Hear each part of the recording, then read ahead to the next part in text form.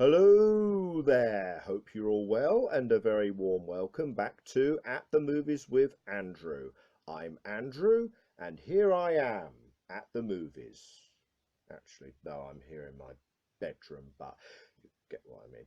The monthly film review series on Matt's Movies, Music and More, where I go to the cinema as a hobby once a week and I impart upon you what fresh delights and horrors I saw in there.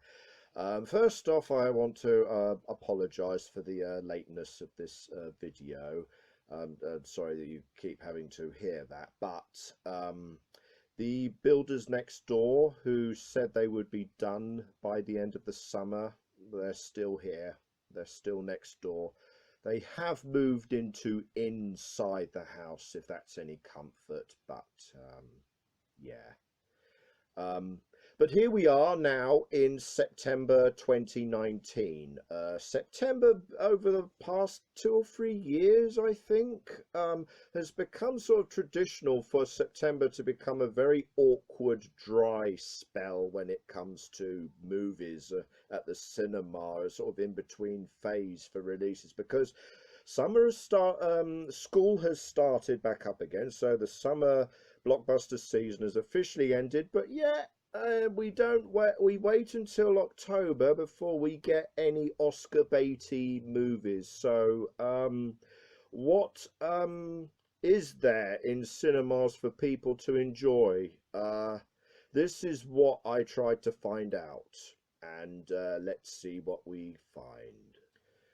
The first movie I saw in September this year was It Chapter 2, which, as you may glean from the title, is the keenly anticipated follow-up to the surprise hit of September 2017, It, or as we found out in the end credits, It Chapter 1.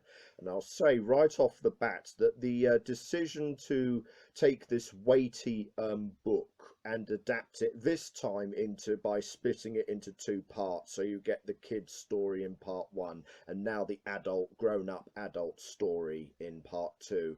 I thought it was a very smart move back then when I saw the first film, and I still think it's a smart move now. So here we are. It's 27 years have passed since 1989, so roughly present day, and most of the losers club have all moved out of Derry, grown up, and grown to look like, got on with their lives and grown up to look like James McAvoy, Jessica Chastain and Bill Hader, amongst others.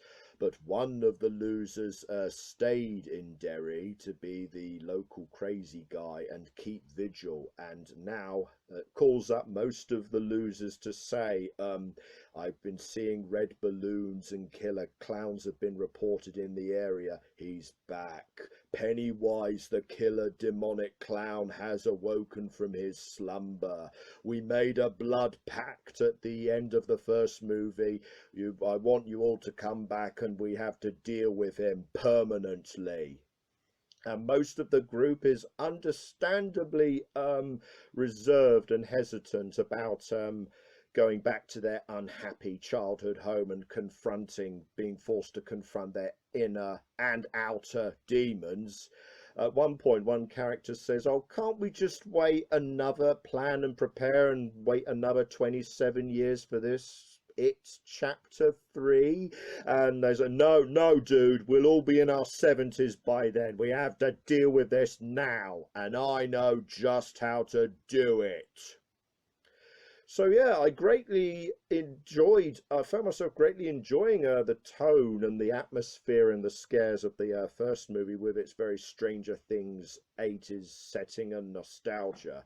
And I remember walking out of the cinema jokingly saying that I wouldn't mind waiting 27 years in real life for these child actors, including Finn Wolfhard of Stranger Things, funnily enough, for them to grow into their adult personas and we can watch them. But honestly, I'm glad we didn't have to wait that long, because they picked the absolute right actors, the right people to play the grown-up versions of these characters, in my opinion. Not partly because you can imagine them seeing their childhood selves, which do come back in flashback scenes in this movie. I don't know if they were deleted scenes from the first movie or they were specially shot, but you can imagine them growing up to look like this. Even fat little Ben growing up to look handsome. But also the actors themselves really help to carry this movie and make you invested in this scary world. James McAvoy and Jessica Chastain. I mean, they're James McAvoy and Jessica Chastain. They're good, or at least dependable in whatever they're in. Even though there is a rather odd running joke about James McAvoy, Bill. He's grown up to be a successful horror writer. Yeah, even though everybody complains that he doesn't do endings very well. And if you really needed to hammer this point home, Stephen King himself makes a glorified cameo in an antique shop, and he's got a copy of Bill's book. Oh, do you want me to sign that? Nah, I didn't like the ending. All right, so that's all good, but I will say of the adult actors in this movie, the most surprisingly good best part of It Chapter 2, the MVP, if you will, was Bill Hader as grown-up Richie. I mean, Richie was the smart mouth in the first movie, constantly cracking yo mama jokes, and he grows up to be a stand-up comedian as a result. So it makes sense to cast a real-life comedian in this role. And Bill Hader does do a competent job of being the snarky, cowardly one in the group, always saying, oh, this is getting too freaky for me, I can't stand this anymore, I'm getting the F out of Derry, and finds he can't, so he has to rejoin the group. But Bill Hader, when his character is required to be genuinely haunted and freaked out and scared with close-ups of his face, he sells it. He's really convincing when the need arises. And there's even a surprise twist. He has deep-rooted, long-suppressed, unspoken feelings for another character, and it's very nicely underplayed in the script, and both actors concerned really sell it with a proper tenderness.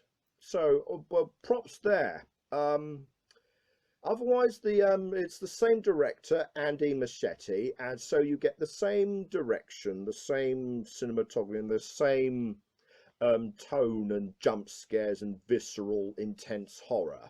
Maybe bumped up a notch for the sequel. Feels like a bit of a detriment sometimes. It gets a bit over the top, like surreal, over the top, and freakish, and Sam Raimi would be proud, I'm sure, but it did take me out of this supernatural horror movie once or twice. I mean, is it just me, or is Pennywise the clown, played by Bill Skarsgård, sounding more and more like Winnie the Pooh in this movie whenever he talks? Hello.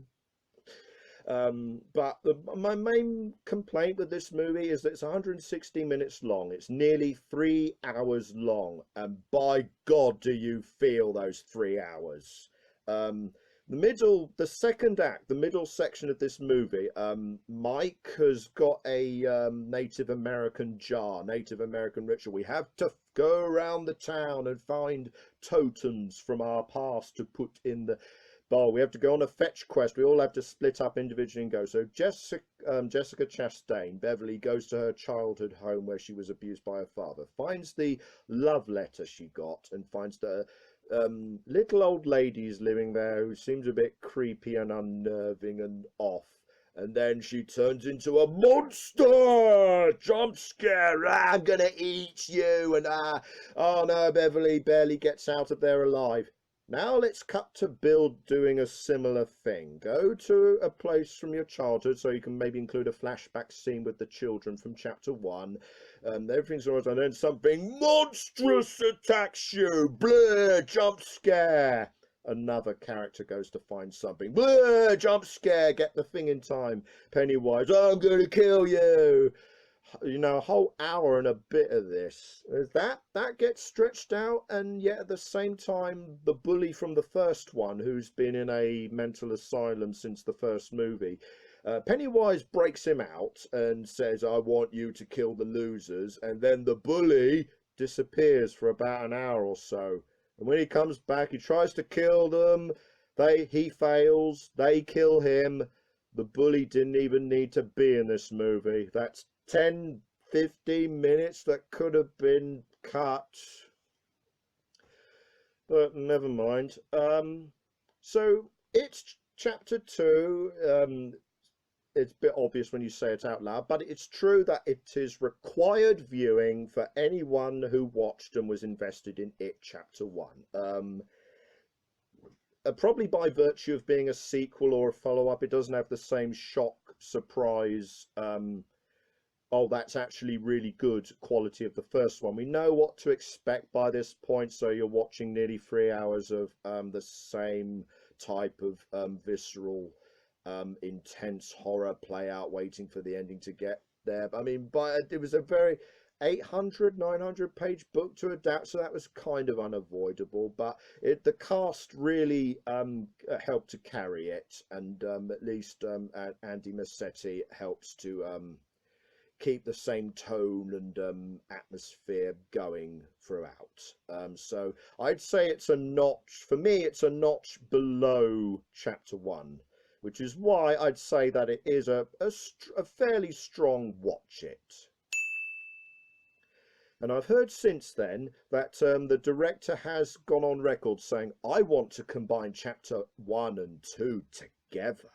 I want to get all the deleted scenes. I want to re-record some new scenes and get all this together. And if this movie does well, I want Warner Brothers to approve a 7-hour-long supercut of it. Yeah, I bet you do. My next movie was Downton Abbey, directed by Michael Engler, and for those of you who don't know, is a continuation of the highly successful British institution of a drama series that ran from 2010 to 2015. Kind of the upstairs, downstairs of this generation. It told the ongoing family saga of lords and ladies and servants and townspeople, and how their lives interconnected through shenanigans and goings on and marriages and deaths and what have you. Confession, I've never watched the series. I know, I'll let that shock sink in for a second, but so I kind of perversely wanted to watch this movie as a fresh pair of eyes and see how could I enjoy it as a non-convert, or someone's never bothered to watch it. My mum watches it, repeats late at night in bed, so I did approach her and say, do you want to see this movie with me? And she said, not really. Downton Abbey is a very pleasant and safe way of switching your brain off and sending you to sleep. So, all right, get where you're coming from there. So how can you take this premise and turn it into a movie? A 2-hour-long feature-length production. It's quite simple, really. You set it a year after the TV series ended, 1927, and you bring in, in the opening minutes, bring in an invite that the King and Queen of Great Britain want to come and visit Downton Abbey. So, great buzz, great thrill and nervousness and anticipation and buzz of making sure the halls of Downton Abbey gleam and sparkle, prepare the food, prepare the ceremony. Oh, the townspeople are so excited and whipped up with royal fervour. Will they be able to do Downton Abbey and the local community proud? Also, the old reliable head butler Carson comes out of retirement to oversee these proceedings. How will the replacement head butler take this news? Also, a major comes to visit Tom, the Irish chauffeur, and says, so you're a Republican, aren't you? What do you think about the royals coming to visit? How are you going to react? Because I need you to help me with a certain something. Also, the royal staff suddenly arrive to say, right, we're going to be taking over the preparing and setting up of this. You kindly bugger off and let us do it. How the Downton Abbey staff are not going to take this insult lying down. Also, the silverware is as mysterious. Some of the silverware has mysteriously gone missing. Also, the Queen's maid is the sister of the sharply tongued Dowager Countess Violet, played by Maggie Smith, and so you bet there's going to be a sharp-tongued argument about who's going to inherit Downton Abbey, and maybe Dowager Duchess Maggie Smith won't like what she hears. Also, the current lady of the manor is having second thoughts about whether Downton Abbey should be sold off. Also, this is the big one, the boiler is broken. Can it be fixed in time? Ooh. So yeah, there are a lot, and I do mean a lot, of minor plot lines that we have to skim through in this movie, and some of them do get neglected and sidelined. I mean, the silverware plotline disappears for about a full hour before it's resolved rather arbitrarily. But this movie, Downton Abbey, is a lot like Sex in the City. And by that, I mean this is a TV series, beloved TV series that ended some time ago, but even then there was the promise that we'll do a movie in a few years' time to continue the story for all you loyal fans. And so here we are, and at its heart, this is a years later reunion TV special that somehow made it onto the big screen. But with that said, because this is based on a pre-existing series with the setting and the actors and what have you, that means the actors all are confident and committed by this point. So you get very confident and assured performances from everybody. I mean, the butler, the lord, the chauffeur, very obvious and often comically presented archetypes, but even if I couldn't get into their backstories, which you're expected to know going into this movie, I could at least get a sense of light relief of I get who you are, and there's this very genteel English feeling of coziness and non-threatening activity. I mean, there is a royal assassination plot, but it's dealt with very quickly and swiftly and without any major fuss. I mean, the closest thing I think anybody has to a crossword or aggressive behaviour in this movie is that the head butler of the royal staff saying to Carson saying, well, what if you're doing all this, what do you want us to do? And David Haig goes, well, sir, I suggest you go to your bedroom and get a good book, put your feet up and just relax and don't bother us until we have departed, if you don't mind. Very passive-aggressive, funny dialogue there. But yeah, there's that. And the cinematography, at least, is worthy of a movie. All the sunlit pageantry of the town with the banners and the flags, the lush landscapes of the abbey itself, and the sunlit cobbled pavements. That was commendable. Otherwise, this could have been on TV and nobody would have minded. Particular props to who was it who played Tom? Robert James Collier. He surprisingly gets the lion's share of the action in this movie. From the poster, I expected it to be Hugh Bonneville, but no, he's just there to provide subtle commentary whenever there's an argument that, well, that went as well as could be expected, and that's all he gets to do. Meanwhile, Tom is embroiled in the royal assassination plot, and you might be surprised where his loyalties lie.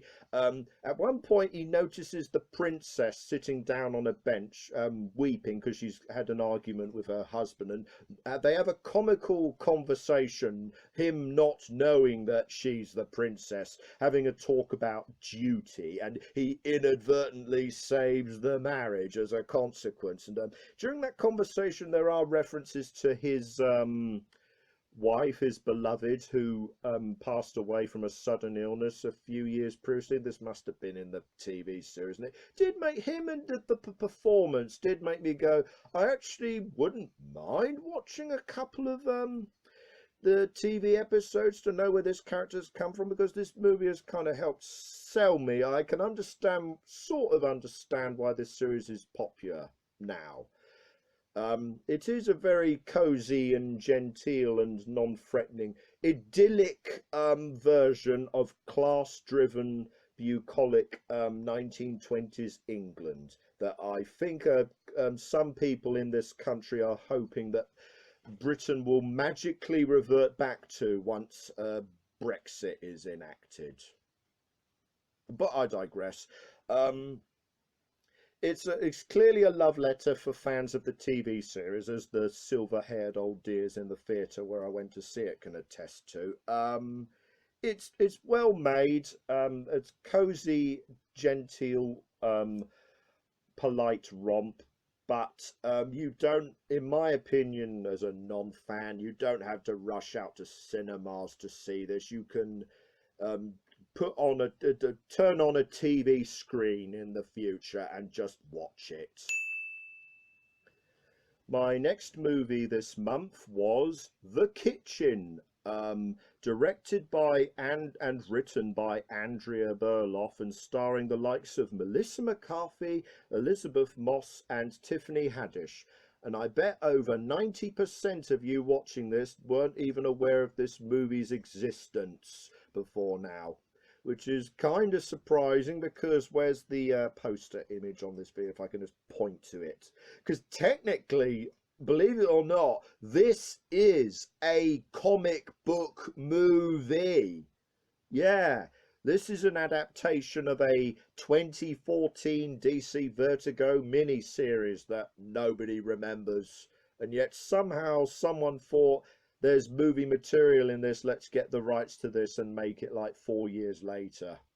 So, New York City, 1978, in the Bronx, you see, that's where the title comes in.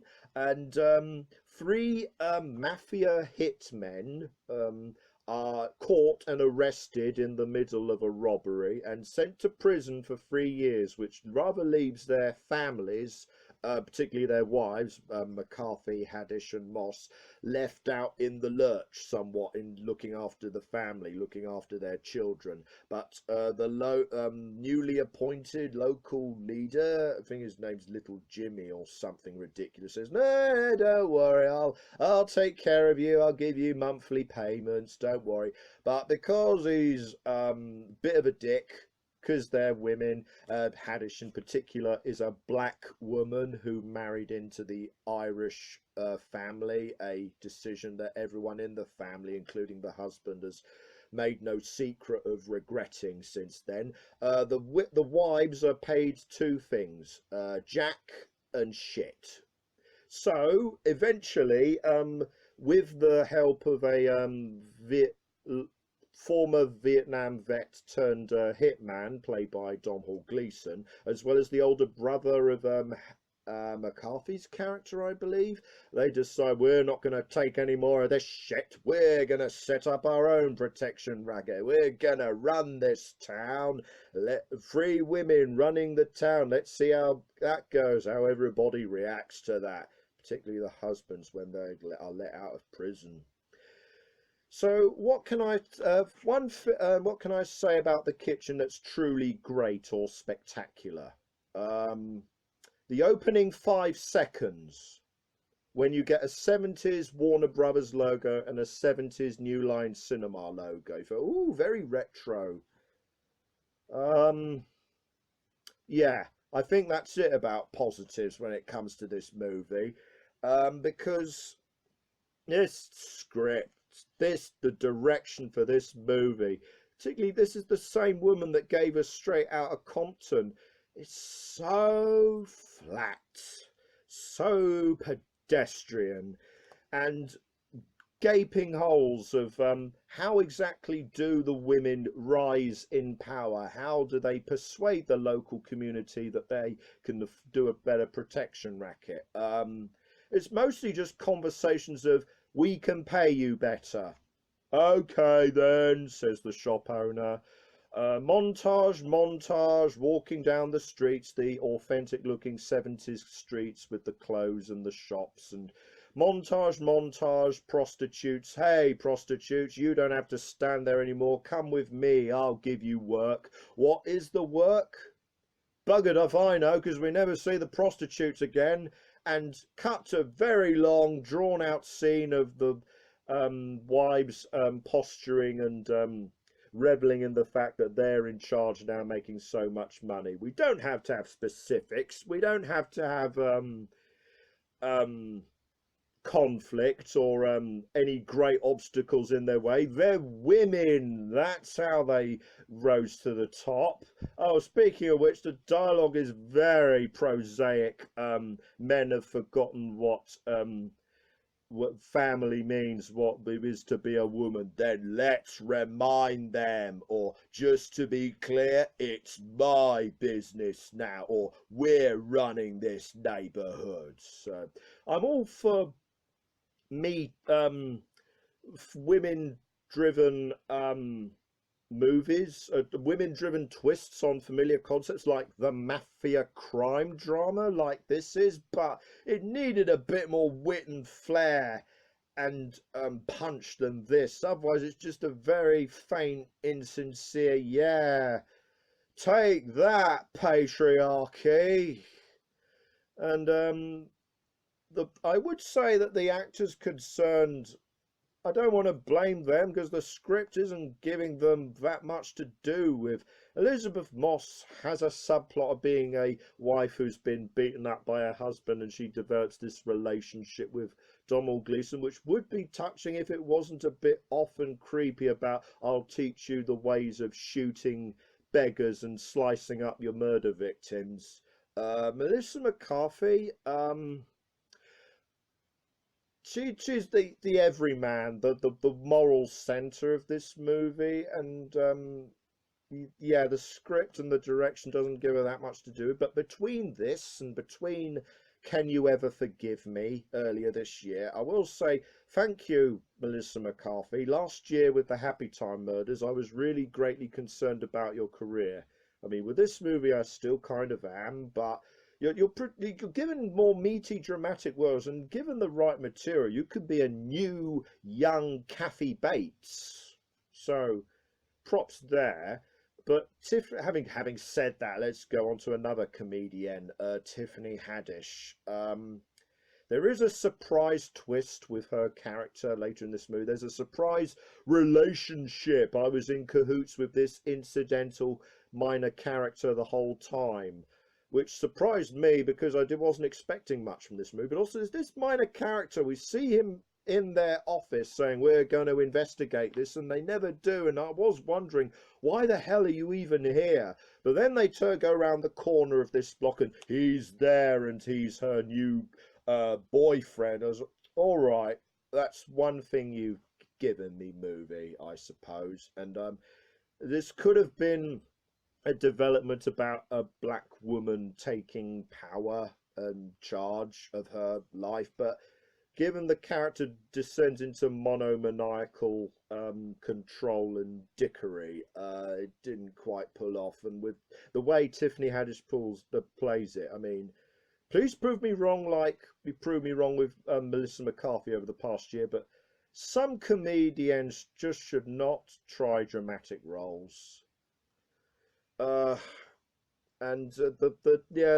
mafia crime movies go, it goes about its cliches in the most pedestrian, obvious manner possible. You get the disapproving family members who don't approve of your lifestyle. You get the local Italian don saying, "Come with me," and oh, what's going to happen? I don't like you treading on my territory, but I like you. I think we can do business together. And shootings and remorse and regret, and oh no, this game has gotten out of control.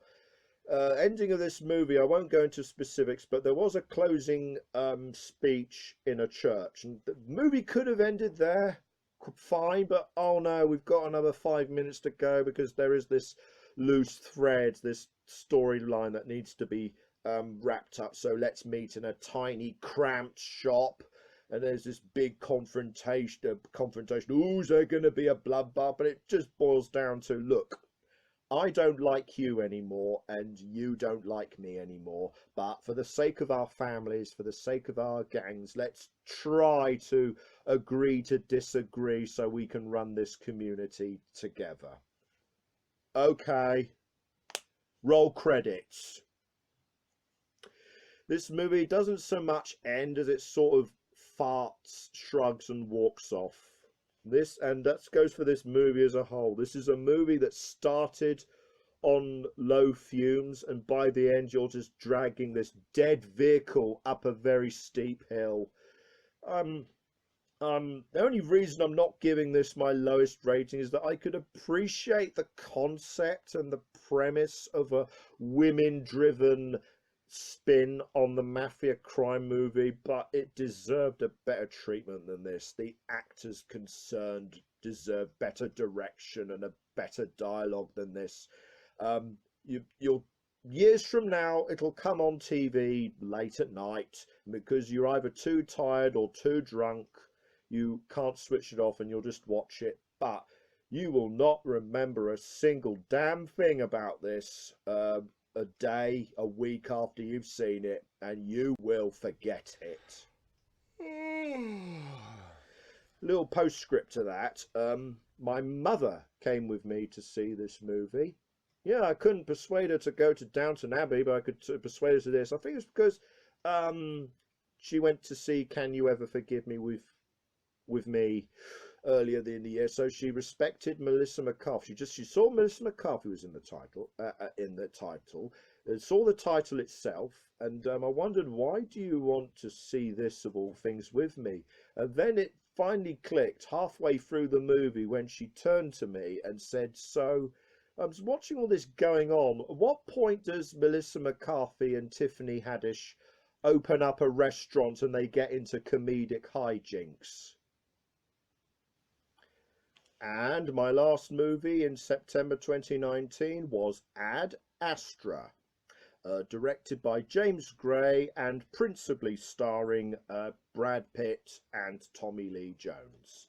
So, Tommy Lee Jones is Clifford McBride, this famous, renowned astronaut who many years ago left his family behind to go on a deep space exploration mission, but primarily based in orbit around Neptune to research the possibility of life on other planets, and never came back.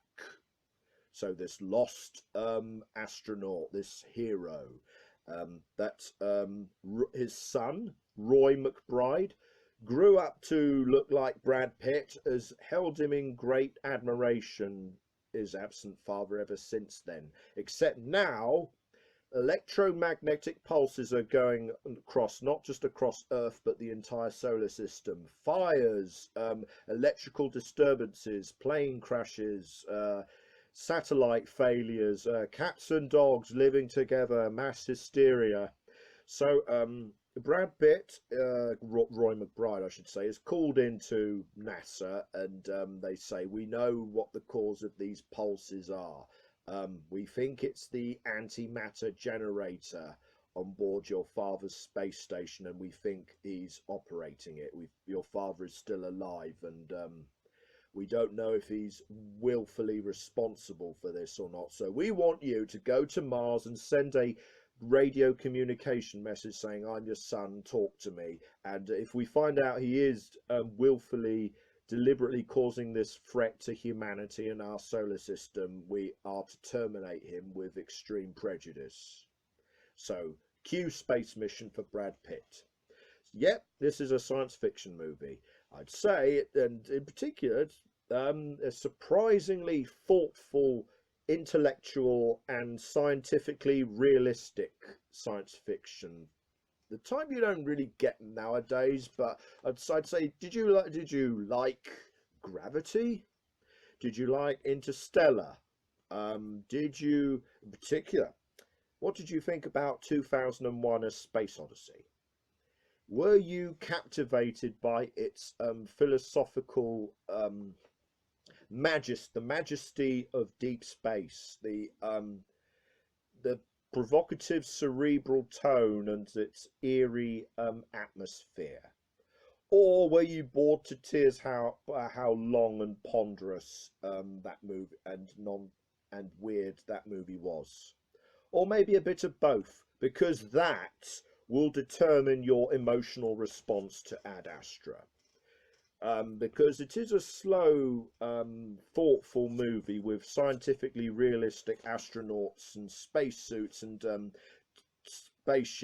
spacecraft traveling great distances to places. I mean, you could have a 5-10 minute scene of a ship going to the moon. Maybe cut to Brad Pitt in a spacesuit.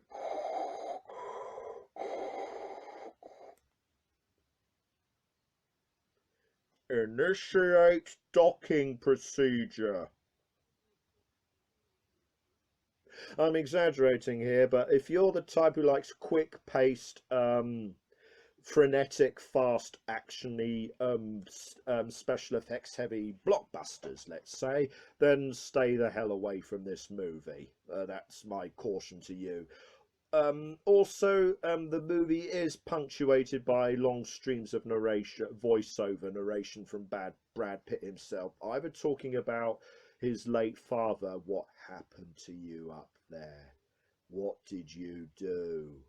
I thought my father was a hero, but now I'm not so sure.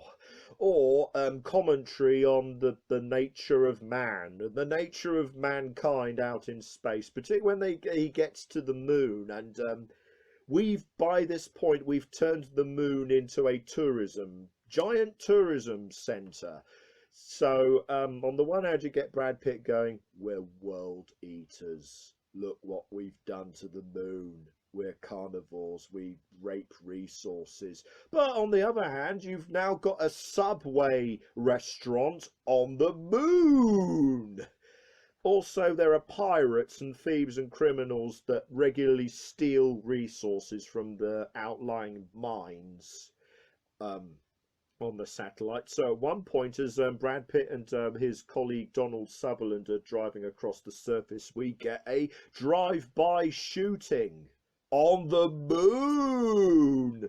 And yeah, if any of you have ever seen a particular episode of Futurama, I did restrain myself from singing "We're Whalers on the Moon" at this point. So slow, ponderous and majestic, and yet also filled with set pieces for the sake of having set pieces. You've got the moon, you've got Mars, and you've got an in-between sequence where the crew of this shuttle intercept a distress call, and what's gone wrong? Oh, one of the pulses has caused the primates to escape from their cages and kill everyone. Ooh, tension, get out of there. And then that's gone, and you're wondering, well, why did you need that other to build up the runtime? I suppose it stops it from getting a bit too monotonous, I suppose. But Brad Pitt, with his voiceover and his stoic performance, really helps to carry this. It sells you as this professional whose heart rate never goes above 80. He's dedicated to his mission, and yet he's also determined to find out what happened to his father, Tommy Lee Jones. And Tommy Lee Jones, when we get there's very Apocalypse Now Kurtz-like build up to this character. He's Tommy Lee Jones. And another thing I'll note is that scientifically realistic and research heavy science fiction. So a lot of emphasis on planets and the what they look like. I mean, it means photographic research, and this does build up to when we get to the space station in orbit around Neptune. And this did cause a friend of the friend I went to see this with to exclaim out loud, I want to go to Neptune now, but human life can't live there." I know, but it's so majestic and blue and serene and wonderful. Or at least this movie helps to sell me what a giant blue sphere of beauty this planet is. And that does lead me on to another major point in this movie's favour. It looks gorgeous. It looks majestic. James Gray knows exactly how to make a shot look majestic and poetic and vast. To sell the vastness and cold, empty beauty of space, or the red landscape of Mars. And I would say that this, if you're going to watch this movie, watch it on an IMAX screen or the biggest screen possible, because that's the best way to capture the scope of what is visually intended here. So Ad Astra, very intellectual, thoughtful, and therefore a little ponderous and lengthy, cerebral type of science fiction cinema. So very much depends on your personal taste for this sort of thing. But Brad Pitt helps to carry this movie and carry James Gray's majestic visuals. And for my point of view, my personal taste, I would say that it is just about worth a buy it. And that was September 2019. One or two worthwhile pieces of cinematic diversion there. So not a completely dry spell, but on the whole, not everybody's cup of tea. In terms of science fiction, I'll grant you that. But in terms of the directing and the acting involved, I would give Ad Astra my recommendation of the month. Meanwhile, The Kitchen, it does go in the bin, except I'd say it's almost not even worth it. You won't even remember this in a week or a month from now. Trust me. So that wraps that up, and by definition, this does wrap up my first year of At the Movies with Andrew, and I did want to take this moment to thank you all for continuing to watch this series, and for your patience and for your feedback. For years I've been going to the cinema once a week and chatting with friends and family about what I've seen, and there's always been talk about you should get on camera and have the courage to do this, and it's been difficult at first, but for helping to encourage me, and for as well as having the editing and the camera equipment to do this, I am greatly indebted to Matt. I'd like to say that and stress that on camera now. I know sometimes these videos are late. I know I can be a little rambly, perhaps, but this series of videos is done with the conviction that to me, and this means a great deal, and I hope that